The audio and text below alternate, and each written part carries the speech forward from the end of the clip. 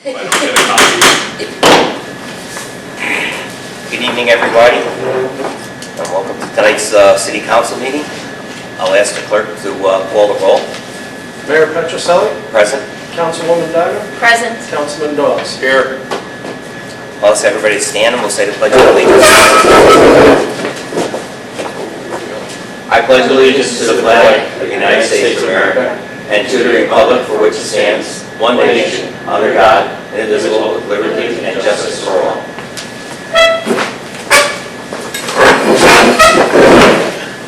The first order, we'll ask the clerk to read the minutes of the previous meeting.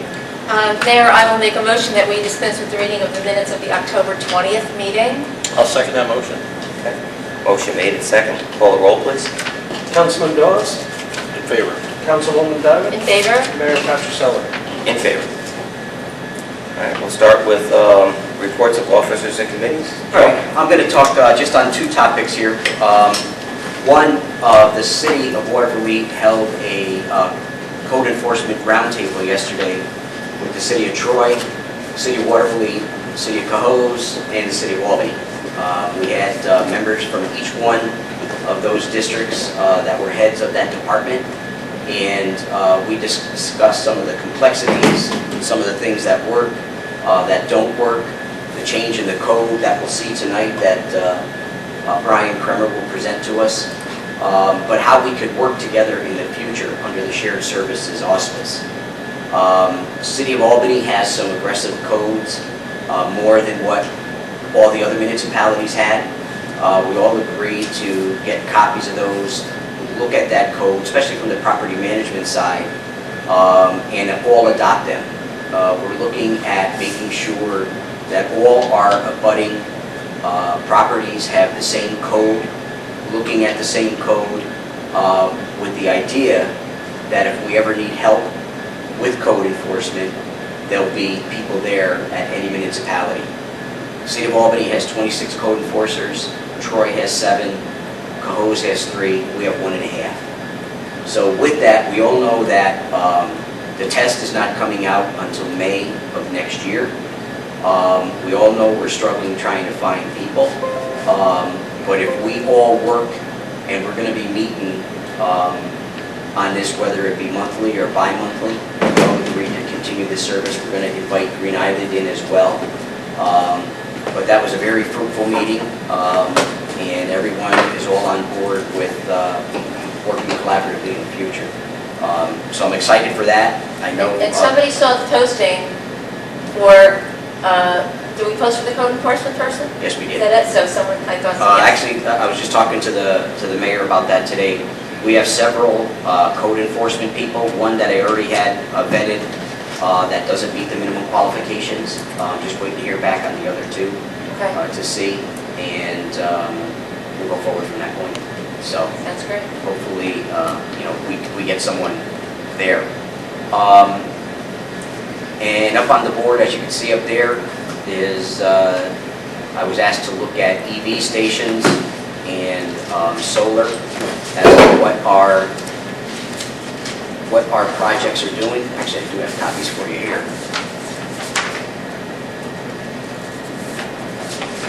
There. Okay, set them up here, Chris. This is the EV stations that are located at the church, Reformed Church, the Dome, and at Hudson Shores Park. Kind of give you a summary of what this all looks like. It shows the usage, it shows station status up in the upper right-hand corner, and you'll see there are 24 ports, and you'll see a section there that's red. When you drill down to that, you'll find a map of all, which I have right here just to kind of show you, a map of all our stations, and you can then point down to the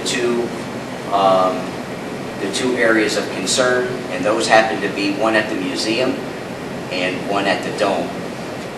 So that then had me send an email to ChargePoint to say we have two of our units out of service, and a work order was issued for that to be corrected.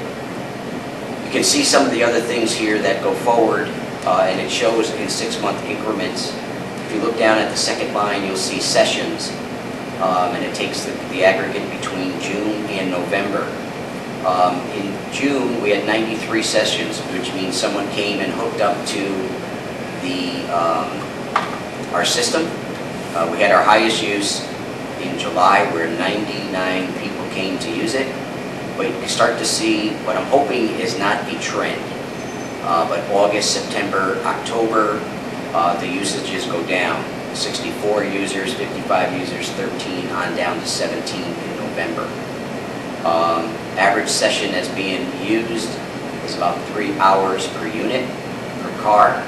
But the key component is the one that's down when you see financials. With that, for a 30-day period, it says we have dispensed 428 kilowatt hours of electricity over the last 30 days. And that's the cost of what it cost us to provide that service to the people. So I think there's a few more things that we can look towards. I'm getting acclimated to the system myself, but I think there's good information here that we could use in the future, see where we're at, and if you want to digest that report and see if there's anything else you want differently from it, I can certainly find out more and report on a more regular basis to the council. I'm just curious, do you know which ones are used the most? To be quite honest with you, I was drilling down and I did not get that level of specificity, but I think that it's probably there. I'm assuming it is there. It is there. You know. I do remember that there was something that said which ports were used the most. Matter of fact, I think the one that I remember was, it made me strike as being odd, was the museum was the most. Yeah, there's one, I think there's one of the doctors or something. Oh, Yeah. okay. Yeah, that use it. Well, I was kind of wondering if maybe somebody, like people coming to the splash pad or something like that in July, I don't know. Yeah. I saw cards at Thank you, Dunkin' that's- Yeah, there's always a there. card that don't, yeah. Now that one happens to be the one that's out. So I like I said, I sent that to Sean Coney. And there's one of our firemen uses it too. Yeah, there's a Jeep. I know who that is, yes. Yep. Okay. So- That's interesting. So that's the EV side of things. The solar, I wasn't able to print out the report for some reason like the other one. I was trying to copy and paste and everything, but it didn't happen to work. The one that produced the best report, we were having problems logging on to the other two when we're trying to get through those problems. But the senior center seems to be the one that we could get information from. Generation to date is 376,590 kilowatt hours. And that's from a full year, and it shows the progression rate where we were from 2016. What we did in 2016 is the same as what we did in 2021. Everything else in between kind of ebbed and flowed. 2020, there was absolutely nothing, and then it started to go back up. When we brought them back online in 2021, then the power again was the same as 2016. So we have the capability to look at this, understand it a little bit better, so we will move forward in the future, and like I say, have monthly reporting that hopefully will mean something to us all. But right now, the money saved just in this property alone was $30,127 based on solar generation. So that's a pretty sizable amount of generation here, over that year period. That's good. Sounds good. And there's nothing yet on the Hudson Shores yet? No, in fact, in talking to Hudson Shores, the company that once was there is no longer. Right. So I tried to leave messages and figure that out. So we got to dig a little deeper there and figure out what's going on. And if not, then I'm going to try to reach out to the one company today with this location and see if we can somehow get them to do it. I think you might have had conversations with them too. I did. In the past. I Yeah. don't know if they can absorb it or not. I honestly don't know yet. Well, the fellow that I had the contact with retired, Yeah. okay? Yeah. I never got a The follow-up mayor down I never got a follow-up on Yeah. who his replacement was. I'm sure we could find out, but Yeah. You know, but he was the one that was helpful in getting these two sites up and running. Yeah, and like I said, the only problem we're having is the second site, which is the firehouse. You get on, you kick off, and then you can't get back on again. Right. So I know Dave was trying to, to try to find another access point to it, so we're trying to work through that one too, to figure it out. And at the end of the day, I did find an IP address for Hudson Shores, but I didn't get a chance to look at it, so I'll look at it tomorrow morning. And see if we can get it that way. I'm not sure where that IP address brings us. But Well, that's- you don't have any internet down there. How would you get into it? I don't know where the page goes to. If there's no internet down there, then no, you're not going to see it. Right. Are the cameras hooked up down there yet? Because I know that he said they were headed down there to work on the Hudson Shore cameras. And Yeah, to be quite honest with you, I did not look on my thing for the past couple of days. I know they were heading down there, Mayor, but I don't know if they Yeah, hooked up and on the I system. think they said that they were going to work on that. No, they did, most likely, and then they gotta have internet. They had the internet. Yeah, I'll So- confirm that. Because that was the issue. And I think I remember seeing the camera placed, and I can't remember where it is in the park, but I think it's closer to the pavilion that they had. Okay. But I don't think I saw it on my list. Okay, I'll definitely find out and I'll send you an email.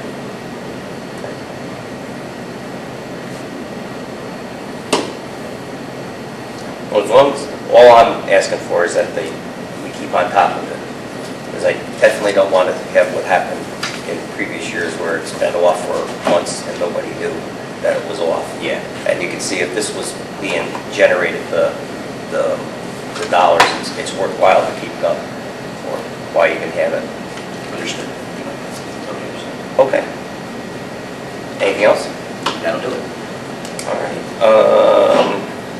Officers and committees, will go into old business and, Your Honor, there is no old business on this evening's agenda. okay, and then we'll move into new business.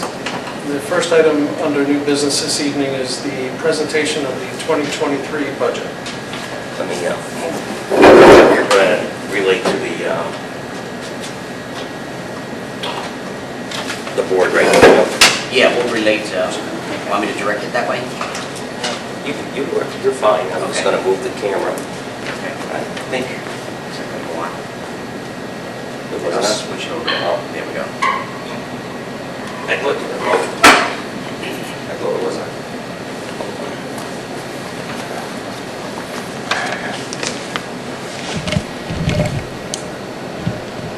Cecily D. DeMills. I don't think this is going to really show too much, but we'll try.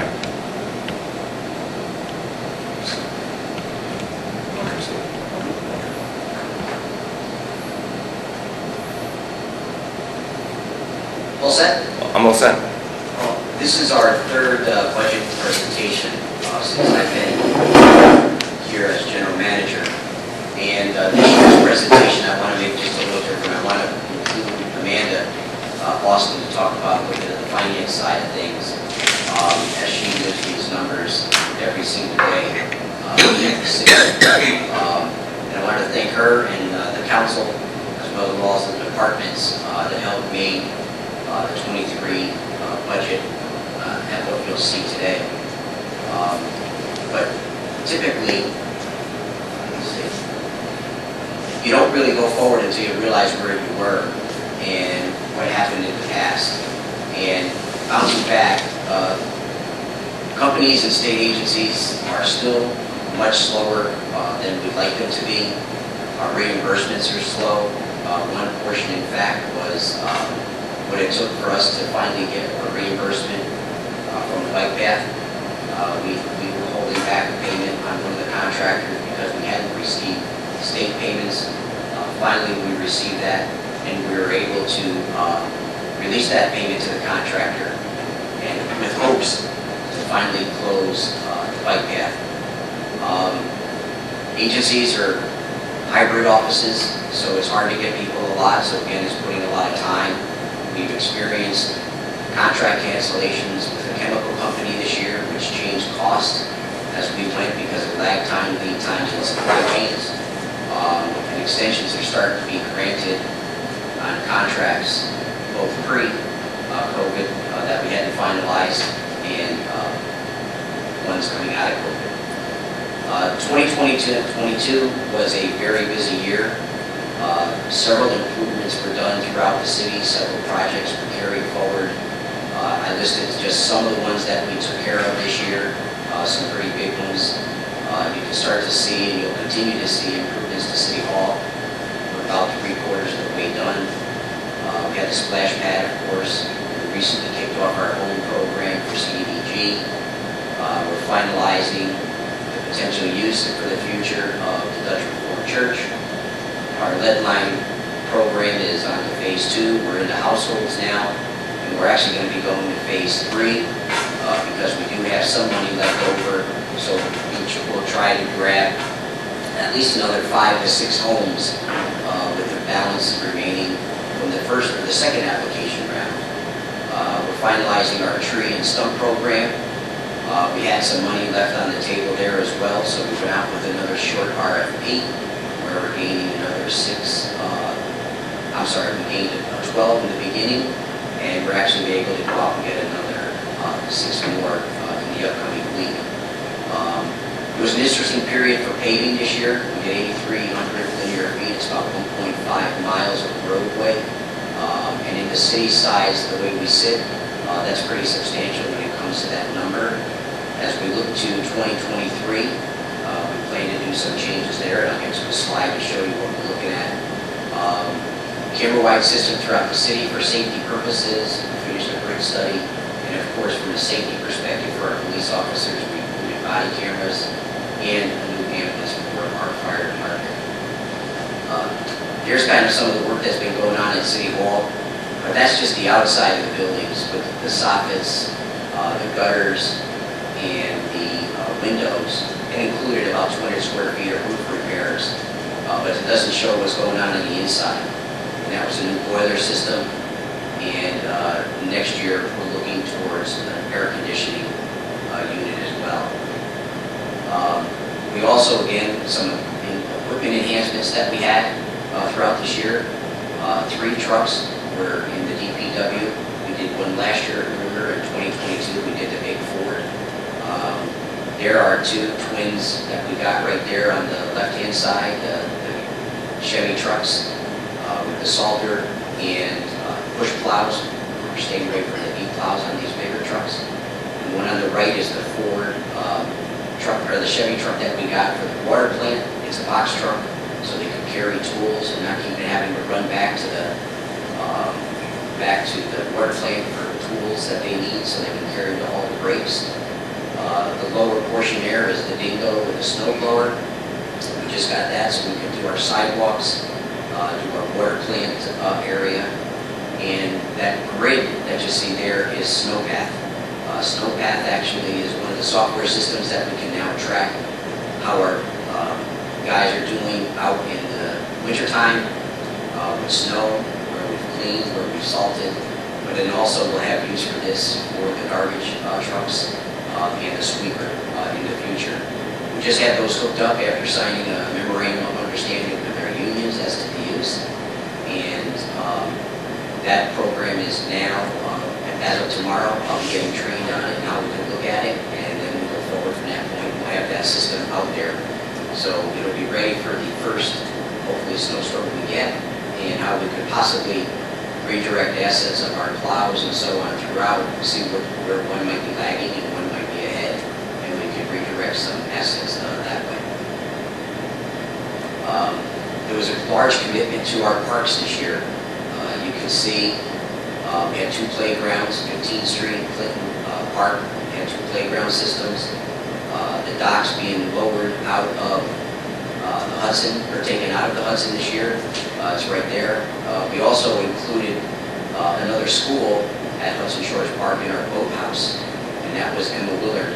So for years, for 20 plus years, RPI was the sole user of that. Now we've expanded to have Emma Willard join Hudson Shores Park as well to row. We're starting to show a little bit of dedication to our history here in the city with the bell try to tie that connection to the Neely company that was once here. You can see there in Gazebo Park, the Caribbean bell that was there installed just recently. We did that in 2021. We did the one bell, the St. Patrick's bell at the end of Congress Street. So we're going to also work on the 23rd Street Boulevard that we talked about that will be built by public benefit from the gas station that offered to build a similar stand like this. And I know that Tom Revesta over the Watervliet Historical Society is also finding another bell that size. So we'll put that on top of that monument and start to get show the history of our city. But also we're showing history of some of the individuals that may have made Watervliet a name as it is. We recently dedicated a street out here to Butch Bird, and last Tuesday of this week we dedicated Chief Corbett Way, who unfortunately passed untimely 100 years ago. We celebrated that on Tuesday here at the police department. And again, continued support of our infrastructure. We designed the splash pad, built a splash pad, opened June of 2022, closed August of 22. And we had 2,800 passes sold this year. Highest attendance was 240 people plus, and that carried forward for the first 10 days of its operation, and then slowly went down as the summer season engaged, and we had travelers going away. Some of the city events we had, of course, we got the run back, we have the car shows, and there's been a major improvement to the dome. I know through the mayor's efforts and the council's efforts, as well as a lot of volunteers, the dome has never looked so good as it has this past year. And that shows with the people that are renting it, and we'll have an entire rental season, even in the winter. We have it working, booked through December, January, and February. And I know we just got scoreboards delivered the other day, so those will be delivered and those will be installed and get them ready for our basketball users too. There's our paving for this year. Again, we designed this in 2021, rated all our systems. Like I said, we paved about 1.57 miles. That was about 10 streets and sections throughout the city. We know with funding that we received through the touring work money, it's now been made easier that those streets, those monies can be used for streets that connect to our Route 2 corridor. So that'll definitely give us more money in the upcoming year to do more paving in 2023. We also did a restriping of our crosswalks throughout the city and up at the high school as well for safe travels for our children. And now, to the finances. Let's go ahead.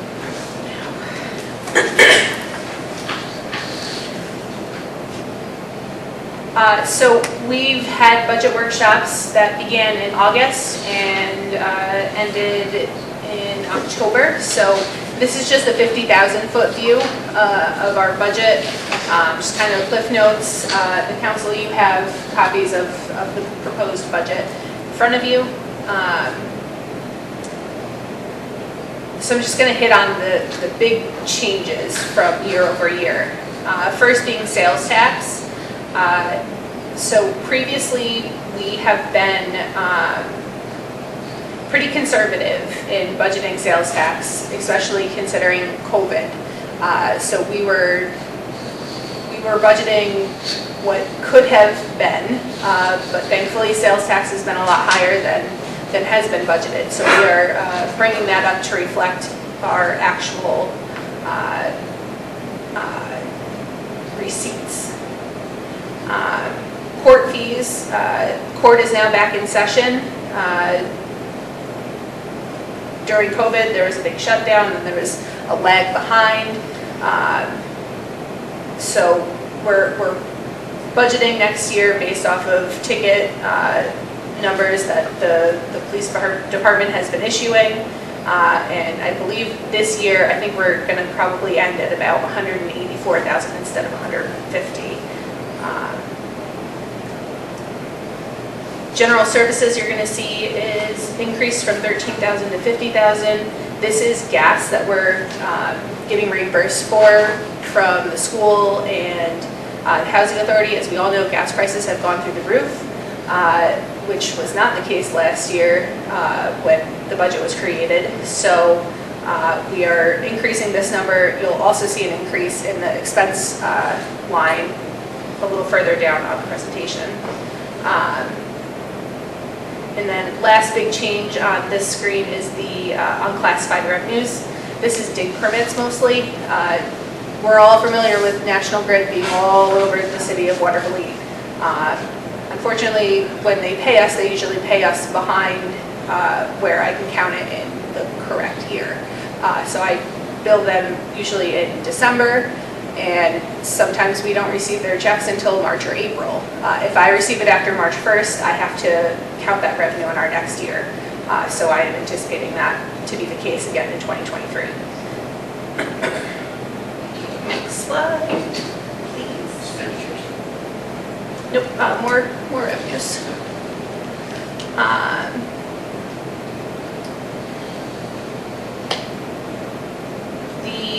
Really, a lot of this is just kind of staying on par.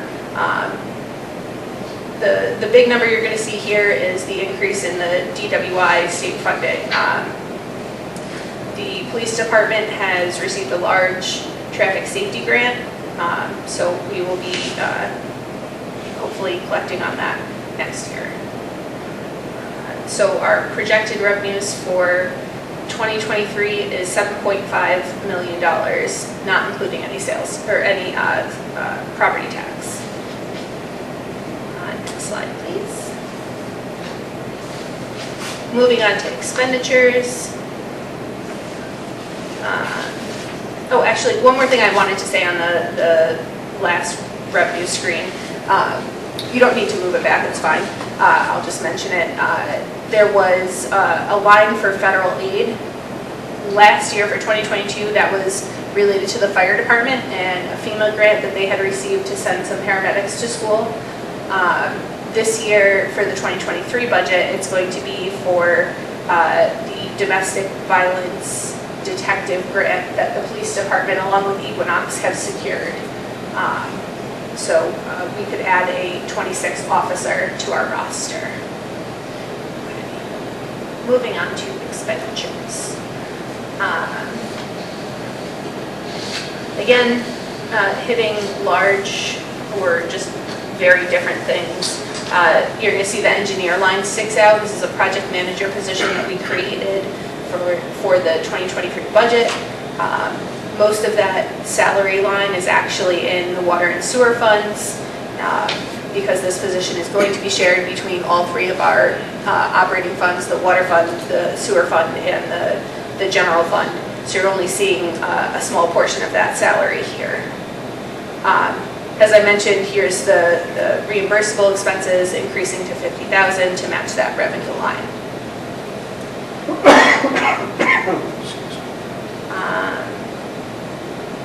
You're going to see a big increase in police. As I've mentioned, we are looking to add a 26th member to the police department. There's also just normal steps in their wage increases. We increased overtime for the police department almost $100,000. So we're investing in that department. We're also investing in the fire department by increasing their overtime as well.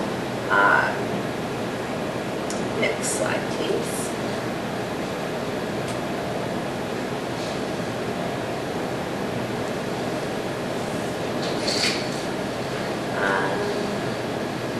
Parks and Recreation. As we had mentioned, we had a splash pad added this year. This is something that we weren't exactly sure how many lifeguards, how many pool attendants, how many folks we were going to need for managing that apparatus. Turns out it was a lot more than we had budgeted last year. So we are correcting that this year and budgeting what we feel is appropriate to staff the pool and the splash pad appropriately. You're going to see a pretty big decrease in the beautification and economic development. This is because there were a couple of positions that, one position really, I think, that is not being filled. The person in that position wasn't entirely doing economic development, beautification types of things. It was a position that we've decided to not fill. The next items are kind of just what's realistic. Your FICA and your Medicare is a set percentage of the salaries. The retirement costs come from New York State, and they are budgeted based off of the information that is provided. Do you anticipate a big change in that from this year to next year? I have about 100,000, a little less than that for police and fire. And not very much for admin, but our salaries are nothing compared to police and fire. Most of our budget is police and fire. I was wondering if there are projections for the stock market issues, or has that affected any of their forecasts? Not that they have sent to us. They actually do a pretty comprehensive, send you a projected annual bill. So that's what I budget off of.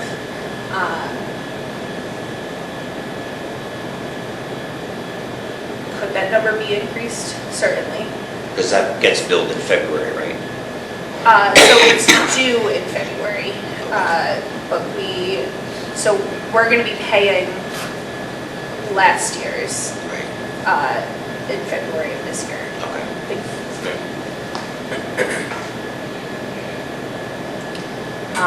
Health insurance, as we all know, just continues to rise.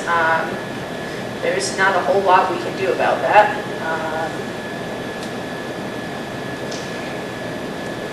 It just is what it is.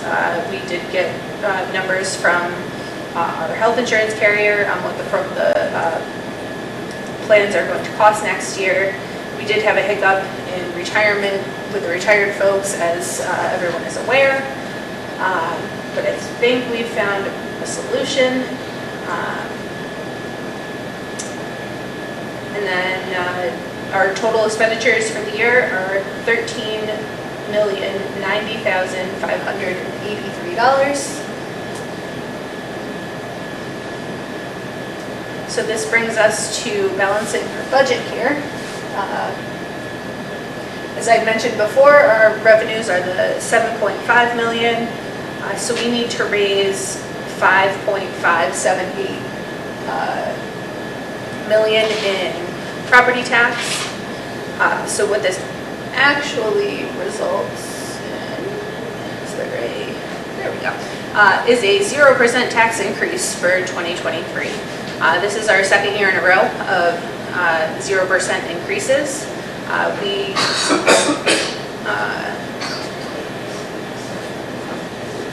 understand what homeowners are dealing with, and the council is very aware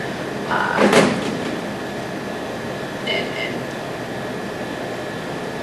trying to make the property tax as painless as possible. Does that affects our tax cap too, doesn't it? Calculation of our tax cap?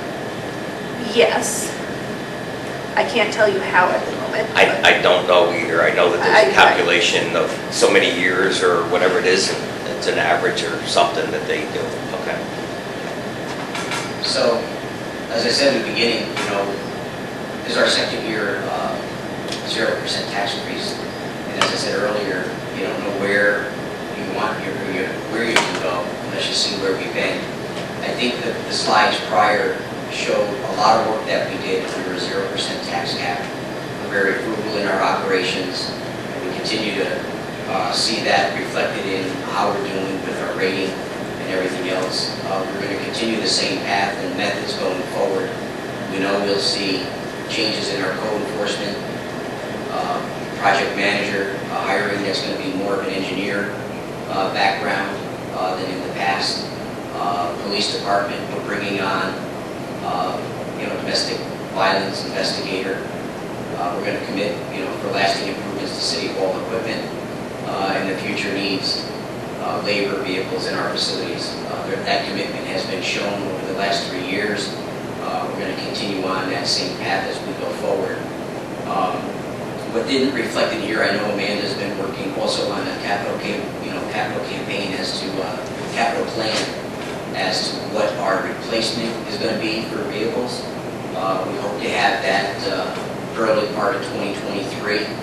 I know it's hard to project what vehicle costs are going to be, so we're trying to get some type of idea there. But that's going to be an important part of what we're trying to do. The other important things we're looking at are changes to operations, again, equipment, vehicles, commitment to DPW, our Department of Public Works, and improvement of sanitation, enhancing the sanitation code. We've done some grant writing this year, and we're moving up to potentially being awarded on 2 new garbage trucks for refuge haulers. So we're looking at 2 of those. And we also wrote a grant for citywide tippers. We're hoping to be successful in that one. If we are successful, the trucks that we get will be 2 tippers on each one, and that will help our sanitation operations as we go forward. Each home would get a 65-gallon container, 1 for recycling, 1 for refuge. Also, as we start to enhance the way we do sanitation is the reasons why. We're looking at a violation code notice. If someone comes home, they're going to see that sticker down below on their garbage for whatever reason it might be. And I know we're using technology where we are. That sticker will have a QR code that's going to take them right to the code. But it's also going to give them my number so they can call me if they have any concerns as to what had happened. I know we hear complaints time and time again. It all boils down to communication, and this is one of the things that you'll see in early 2023 as we enhance the sanitation code in December, that our residents will start to see a communication tool that they can reach someone or see the code, but also have a reason as to why something may have been missed. We're also doing improvements to the dam. We have our flashboards that need to be repaired. We have all the material. We have the wood. We have the breaker bars. Now we're going out to an RFP for the labor. We hope to do that in early spring. But what also coincides with the dam is the federal relicensing process. We're very close to being issued a 40-year licensure. It's almost finalized. And then that will also kick in some other projects we talked about during the water budget. The studies that we have to do, some of the improvements we have to do, like the eel ladder, fish ladders, and all those types of studies that we have to complete. So 2023 will be busy in that area as well. Again, we're going to be increasing the number of streets. We're going to be enhancing ADA curbing under the federal guidelines. We're going to be looking at alleyway enhancements. We've been speaking to Martin and the Judas who produced that street map there. One thing that we did not do, we got a little bit late behind the slurry seal process, but there's what you're going to see in 2023.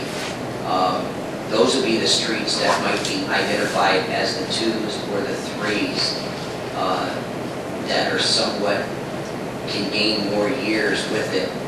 In talking to several of the contractors out there, the slurry seal mix will enhance the street, provided a longer useful life, and they've agreed to actually do a couple trial streets so we can monitor that, and then the following year we'll make that part of the paving project.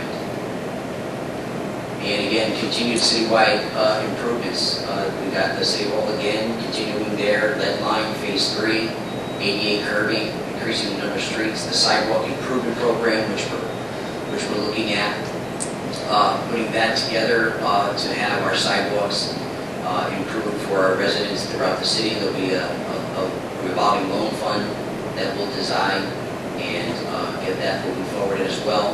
We're hoping to hear about the new fire truck in 2023. So next steps for our 23 budget process. Tonight we're going to be calling the public hearing. We're going to hold that public hearing on December 8th. Oh, I'm sorry, that was 2022. There's an error there. And the budget vote will be December 8th, 2022. So with that, How long, just as a point, how long did it take to work on that FERC relicensing? I think that when people hear that, it just seems like it's, like not a big deal. But it went on for years, am I safe to say years? yeah, I think it started latter part of 2018. I think they went under contract 2019. Okay. We were almost close in 2019 to get that approved. Then there was a change in positions at DEC and the federal guidelines, pushed us right back to the beginning, and we've been limping along that way. And here we are, November of 2022, and we're just about there. Yes. So we're hoping that this thing gets wrapped up in the next 6 to 8 weeks, and we can enter into. But even though our license ended in 2022, we got the 1-year extension, and FERC has agreed to extend us another year if by, I think it was June of 2023, if they haven't finalized everything, then they will extend another year at that point, and then we'll get the 40-year after that. Because But that it's was a been very, an arduous very long, task. very long haul, Yes, very long. agreed. I had dreams of eels. I still do. Eels. That Okay. was great, thank you. That's good news. All good news, good work. I think one of the things I like a few of the items in there that I think is really important to the city too, is the domestic violence worker, training there. Oh, domestic, yes. It's one of the biggest problems I have seen, even when I was at housing, 80% of your calls are domestic violence, of some sort, a domestic call of some sort, some kind of arguments and things like this, which is, very frustrating to the police to keep coming back and forth to the same, and sometimes they can be, if you've seen in the news, they can be very violent at some times, or so unpredictable. So I think one of the things we talked about during the budget workshop with the police, that this is actually a position that's grant funded for 4 years, I believe. Correct. So it'll be budget neutral as best as it can be. So I think that's very positive. And we'll be working directly with Equinox as well on that. One of the other things too is I think when we worked with Public Works, where we striped a lot of our own roads and saved some money that way too, maybe we look at that next year if we were Yes. broaden out, do more in-house and stuff like that. To also help us out. Yeah, the only thing that we went out to bid for was the epoxy on 19th and 12th Avenue. Yeah. Did good. All right. Yes, Are there any great, other thank you. questions? Nope. All right. We've been doing this for quite a while. Okay. All right, we'll move on to, I got a question. we don't really have questions right now, John, but if it's a quick one, you can go ahead and ask. About the garbage situation. Like how are local residents supposed to be made aware that I think there should be a smarter way than just finding them? I mean, the trash gets left. I'm just saying, my street is a perfect example. I took pictures and posted it last week. They only took 2 cans. They left the garbage out there. The animals get in it, the wind gets in it, and then we got garbage all over the city. Okay, the city made a fine, got paid a fine, but the city still looks like, because there's garbage all over it. And this just started, and no one knows about it. I haven't heard it. Well, it's supposed to be a thing in the city, well, I think maybe we should send out a notice. I think it'd be cheaper to send out a notice to everybody and say, look, you're allowed, you got some buildings that have 3 tenants in them, and you're allowing 2 cans. Well, that'll never work. You did get, your landlord got, or your owner of the property got a notice in their water bill, and explained all that, and it asked specifically to share that with any of the tenants. I do know that I've Yeah, asked. but you know how many, I'm not trying to interrupt you, but you know how many other absentee landlords Yes, there are absolutely. in the city? Absolutely. That don't, you know? So then, Absolutely. at the end of the day, like I said, you made a fine, but the cities, there's trash everywhere. Yeah. Last week, there had to be 3 bags, 4 bags on every block. It wasn't just my block. I took a video of it, posted it on Facebook. Any one of you is welcome to go look at it. There was like at least 6 blocks from here to the Troy Bridge that had bags of garbage laying on the ground. Yeah, I've asked that we do a little bit more posting and education on both the Facebook page. I know the website can be used too, and I think that should be also part of the education process at the same time. I also know that a lot of those people were not fined. They were told, many of them called, you took care of a lot of calls. I've been taking care of a lot of calls. They explain it to the same people, so. Sticker idea is a good idea too, because obviously I read said things for years, is when you put something on there, because a lot of people do not know why it didn't get left, it was too heavy. People think, and I'm not gonna get to the argument of what people think, but people drag a can out, you still gotta lift it 4 or 5 feet off the ground to dump it, and it might be full of water, so it's left. But then other people put it out late, but the sticker idea is. When are the stickers coming in? I just emailed, I think it's Brian at Stripes, for an answer on that today. So just. I mean, even you can with a lid thing, I mean, you get a lid, these guys by throwing garbage for 4 hours, they're tired, I mean, the last thing they're gonna do is pick that lid up, put it back on your can. You're lucky if your trash can is beside the curb, not in the middle of the street, It's like, and then you're like, well, where did the lid go? The lid blew down the street, I don't know where it is, and I'm not gonna go buy another lid. And it's not just me, it's everybody in the city.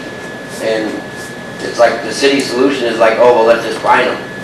That isn't a solution. We're not looking for that to be a solution. We're looking for the city to be able to do it as easy and as more efficient as possible, but also what's best. But what do you do with multi-family properties, where there's more, like, there's a store downstairs from me, okay? And, yeah, I might not own property, but I've lived in that building for 8 years, and I pay $1,500 a month in rent. Before that, I lived on 3rd Ave, and I lived there for 16 years, and I paid $1,000 a month rent there. So it's not, my money's paying the taxes some way or another. Yeah, sure. So it's like, you got a store downstairs that will stack recyclables from here to the door that wide, and they start putting them out at noon. They don't get fined. But I'm just saying, I put my trash out in the morning when I leave for work because I don't get home, or I was leaving that weekend. I had Ansar sent me a picture from the city the next day that the garbage was out too early. They put it out at noon, and it's a pile from here to the door, and it's 6 feet wide. And nobody says nothing, they don't have, why is it different for a store than people that are homeowners, or residents of the city?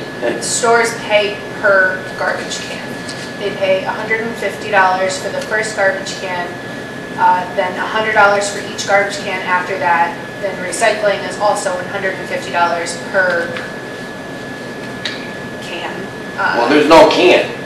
There is, listen, go by and look. There's no can. It's literally boxes stacked from, no exaggeration, Right. from me to Mr. Dawsey, all day long, that high, that wide, every week. There is no recycling bins, it's all cardboard boxes. Yeah, I think one of the takeaways, and I think the mayor even, solidified it, is the notifications have been going out to residents. We're going to continue that notification before we enhance the code and make changes to the code that's needed. But there'll be that educational process. So we understand very well what you're saying, and we're trying to work through some of the complexities we're getting right now. And some of it is it's common sense. It is. And it's, there's some of it that you shouldn't even have to explain, to some people. We've witnessed, you've seen it over the course of years. The garbage that's left, how it's left is just atrocious on some of the way, they look at it. Many times, landlords, if it's a case of a landlord, doesn't even know it happens because they don't see it unless they're told about it. I personally have called 3 landlords in the past, let's say a little over a month, just to tell them, sent them a photo of it and called them and said to them, look at what your tenants left. They apologized, came right down and picked it up, and hopefully they'll take care of it with the tenants. But it's an education process. It's going to be a continually education process. It's frustrating to us, it's frustrating to the city, but it's still something that needs to be done. Hopefully, the other thing is the new trash cans. If we get them, that'll make a big difference because they'll hold more It'll be easier for the guys. It's There won't be any attached. problems with the lid. Yeah, I bought two of the big ones. Yeah. Now, you know, I bought two of the big ones. I bought two of the big ones myself, so, and matter of fact, I can never really use them. But that's what you're allowed, is two of them, right? Yes, per unit, Okay, and how many recycling bins? as many as you want. I was just asking, I didn't know. All Yeah, right, as many as you want. all right. Because recycling, on occasion, I don't even know are we getting anything from it? How's that going? That's always on the market. We're still paying to do it. Yeah, are we still paying now? It fluctuates. Some months we pay, some months they actually pay us for recycling. But it's up to them, it's up to the market, so. All right, thank you. Thanks, John. Okay, next, The next item is a call for the public hearing, budget vote on December 8th, 2022 at 6 PM. Make a motion. I'll second it. okay, a motion was made, just for a call for a public hearing on December 8th at 6 PM. I don't think you need the motion. Yeah. Oh, okay, just a call. All right. Had I known you were gonna, sure. I thought we Make the motion. I'm sorry. I thought we had. Thank you, Brian. You're welcome. All right, next resolution then? The next is the local law number 6 for 2022, New York State Code presentation. And this is a draft. So, I'll take this, Joe? Yes. Okay. So, there have, over the past year or so, been some changes to the New York State Uniform Fire Prevention and Building Code and the State Energy Conservation Code.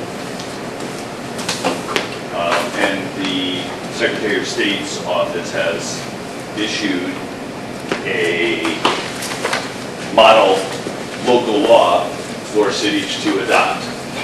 And the requirement is that it be adopted prior to the end of 2022. So with the assistance of General Manager, we have modified the model code to meet the requirements of the city of Watervliet. You will see that this is a lot of words, and it is going to have the city be in compliance with the new rules, but I think more importantly, when people go on the Watervliet City Code, all the requirements will now be set out on the code itself, whereas what the city currently does is really just refer to the Uniform Fire Prevention and Building Code without really setting out what the requirements are. So now this will be some one-stop shopping for people who are interested in knowing what the requirements are.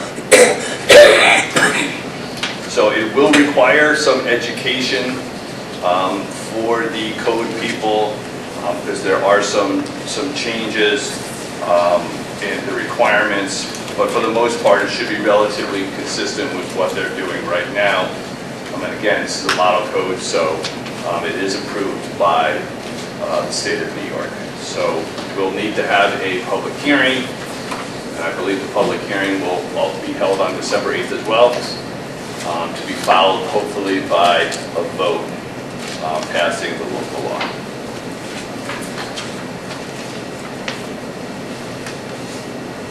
So this is the same code that like other municipalities are also adopting, So pretty much?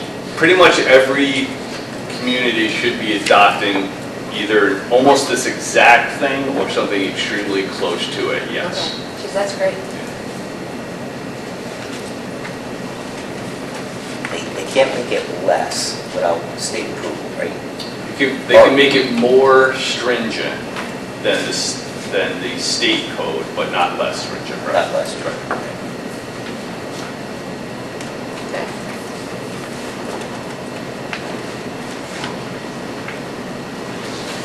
Well, good reading while watching start. Yes. Yes. If you're battling a case of insomnia, I highly recommend it. Yeah.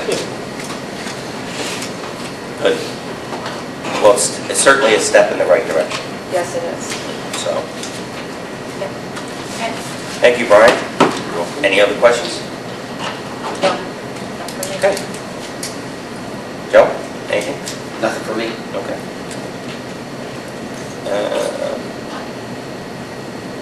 Okay, next resolution, Nate?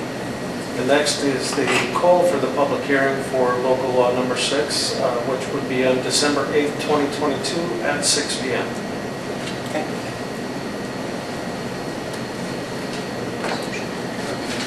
Is that all we You want to do it, Rick? No. You want to do it, Chris? No? No? All right. Before Go you ahead. jump the gun, resolution number 72 for 2022 is a resolution approving a chemical services agreement for polyaluminum chloride and authorizing Mayor Charles V. Patricelli to execute the same. Mayor, I'll make a motion that we move on resolution number 72 for 2022. Just going to refer to council for that secretary. Oh, yes, that would be the I'm going to appropriate second that. Refer to my council. Okay. All right, so this resolution, as well as the next, we went out for a standardized RFP, which included chlorine, zinc, and the polyaluminum chloride. These two resolutions, one will be for the PAC, as they call it, and the other will be for the zinc phosphate. We got no bids for chlorine, and we'll be going back out for chlorine. This happened again. It's almost a mirror of what happened, I guess, in 2019, correct, Amanda and Dave? Yep. So we're going to go back out and try to find chlorine again. But again, this is the low bidder for the polyaluminum chloride, and that goes to the Holland Company. And you'll see the pricing in the resolution for that as well. It's 29 cents for 2023 and 31 cents for 2024, and that's per pound. Any other questions? Call the roll. Councilman Dawes? In favor. Councilwoman Diamond? Favor? Mayor Patricelli? In favor. Resolution number 73 for 2022 is a resolution approving a chemical services agreement for zinc phosphate inhibitor and authorizing Mayor Charles V. Patricelli to execute same. I'll make a motion. And I will second it. Okay, as I said earlier, it was all part of that, the RFP, the request for proposal. The only difference with this one is we had 4 of the 5 respondents all bid on it, and through the competitiveness, this one goes to Shannon Chemical Corporation, and they will be $3.34 a pound for 2023 and $3.63 a pound for 2024. Okay. Call the roll. Councilman Dawes? In favor. Councilwoman Diamond? Favor? Mayor Patricelli? In favor. Resolution number 74 for 2022 is a resolution accepting a donation in the amount of $82,000 from the Watervliet Charitable Foundation to be used in the replacement of playground equipment.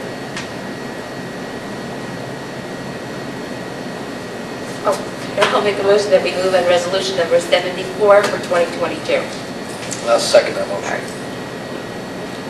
This resolution is for, again, the acceptance of the 2 playgrounds. I think you saw them in our budget presentation, one at 15th Street Park and the other at Clinton Park.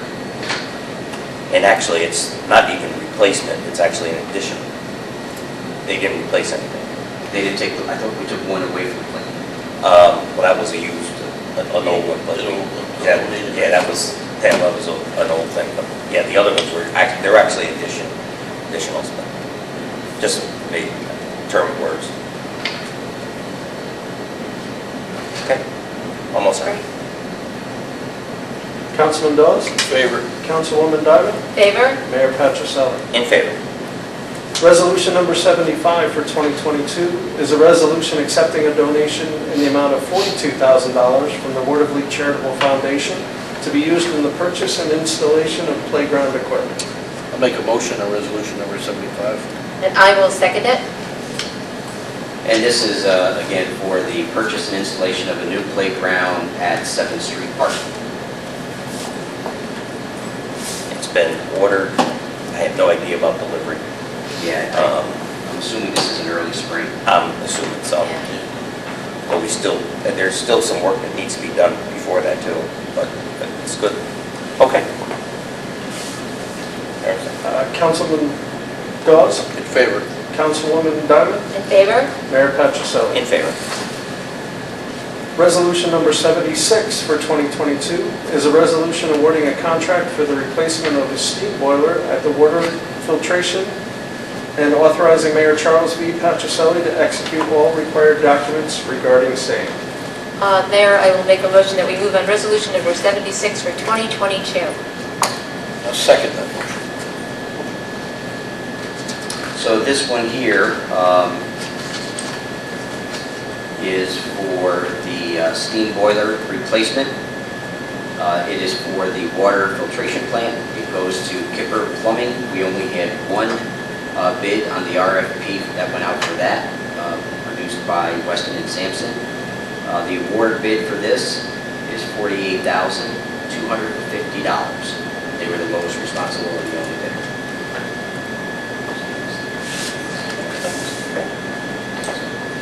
Councilman Dawes, In favor. Councilwoman Diamond, In favor? Mayor Patricelli. In favor. Resolution number 77 for 2022 is a resolution awarding a contract for Phase 1 of the combined sewer outflow separation project and authorizing Mayor Charles V. Patricelli to execute all required documents regarding same. I'll make a motion on resolution number 77 for 2022. And I will second it.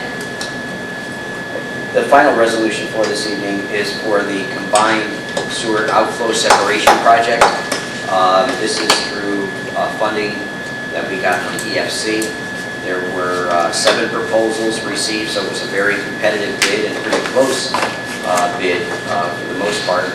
We anticipated this was going to be around $2.5 million, so prices came in lower than what we anticipated. The price of this project is going to be $2,176,190.41. The lowest responsible bidder, based on the review by Weston and Sampson, is J.K. Trucking and Excavating. And they will start that project probably when everything is done, the latter part of January or February. This will be a spring project. So this will be Phase 1, which you saw in our street mapping. Those circles, the black circles, that's Phase 1 of our mapping there. And then the next one will be for 2024. Okay. Good. Okay. All set. Councilman Dawes, In favor. Councilwoman Diamond, In favor? excuse me, Mayor Patricelli. In favor. Your Honor, that concludes the new business on this evening's agenda. Okay. All right, we'll move into appropriations and accounting, and I'm hoping that's taken care of. It's mostly taken care of, but I did want to just kind of briefly chat a little bit about the vehicle replacements that are going to be needed for 2023. We all know we need a garbage truck. We all know we need a fire truck. We're getting the ambulance that's expected to be here in January. And then there are 3 other vehicles, 2 police cars, and potentially a code vehicle that we are potentially looking to replace and or upgrade in 2023. I have a list going through 2035 of vehicles we currently have and replacing them through the years. This is a particularly heavy year with the garbage truck and the fire truck and an ambulance all in one year. It's pretty heavy. But I don't have full prices for everything going into the future yet, so that's why I haven't shared it with you. But I have estimated costs for next year of 1.495. 250,000 of that is the ambulance. So if I take that out, we're looking at $1.245 million just in vehicles. So I just wanted to kind of brief the council on that. Say that Smile. I didn't say it was. So, I know, so not. we took garbage truck, but is there a grant, right? Or is this, We wrote a grant, We're- yeah. okay, Go ahead. We're looking for a grant for the garbage truck. yep. And the fire department has been chasing a grant for the fire truck for a couple of years now. And we haven't heard that we were denied this year, but we also haven't heard that we were approved. And from speaking to Captain Egan, who chases a lot of these grants, it does not happen very often. We were very fortunate a few years ago, and a fire truck was paid for by one of these grants. But he repeatedly tells me that he goes to seminars and they say, who's gotten a fire truck? And he's the only one that raises his hand. So it does not happen very often, and I wouldn't expect it to happen again right now.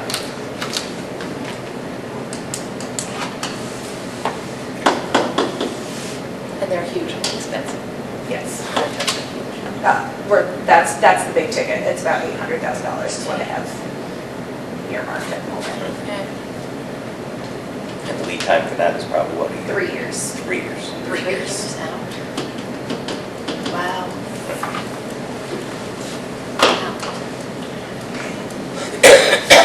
Wow. Don't wait till that's minute. Okay. Anything else? That's all I have. Oh, good. All right. Let's see. Before going into public comment, I just had a couple of things. Joe brought up the scoreboards. They were delivered.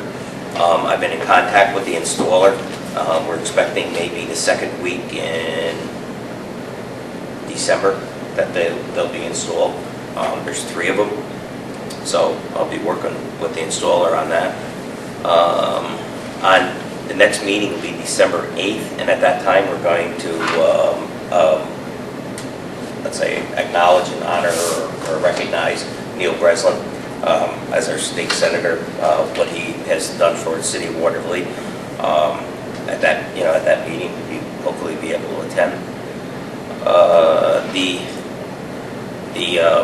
tree lighting will be the Saturday after Thanksgiving, which is what, 26th? The 26th. 26th. So we'll have the tree lighting at that time. I don't know if you've noticed or not, or for those that haven't, what's his name? Jack and Ginny Hartner donated a tree for City Hall from their yard, and we were able to grab that. And the last thing that I had was that I've been talking to Joe about was a sidewalk replacement program that we are planning on trying to develop and have a policy written in December and something by January to be able to start some kind of a sidewalk replacement, loan type program that we had. There's several different policies. We've had it in the years past. Not sure how effective it was or how many we did. You had it done, you said 1 year. I took advantage of it and it was awesome. I think it was a 3-year loan with a very low percentage rate. And it was, or interest rate. It was great. A lot of people did over the years. Yes. I think I remember when I first got here, a lot of people were using it, Yeah. taking advantage. Yeah. A lot of That's great. car was kind of overshot, right? Yeah. We did have defaults, right? I think we did have some, but I think we can tighten that up and have it so that it's fair and equitable for everybody and everybody gets treated fairly, on it. So we're working on that thing, but want to really set it off for January. That's a big deal too. I think it is. I think there's a lot of people out there that, there's a lot of sidewalks out there that are really in tough shape. Yeah. So, might not be able to take care of everything and everybody at the same time, but it's a start. All right. Yes. Anything else, Joe? No. We'll go into the public comment period. At this time, the mayor and the council have authorized a public comment period. If you wish to address the council, we ask that you step forward and state your name and address for the record. You will have 2 minutes to which you can address the council on any items you wish. Okay, open up the public comment period. There's nobody here to make a public comment, so I'll close the public comment period. And again, like I said, the next meeting will be December 8th, and hope to see everybody at the tree lighting. I'll make a motion for adjournment. And I will second it. Okay, motion made and seconded. Councilman Dawes? In favor. Councilwoman Diamond? Favor? Mayor Patrichello? In favor. Thank you, everybody. Good night, and happy Thanksgiving. Yes. Great job.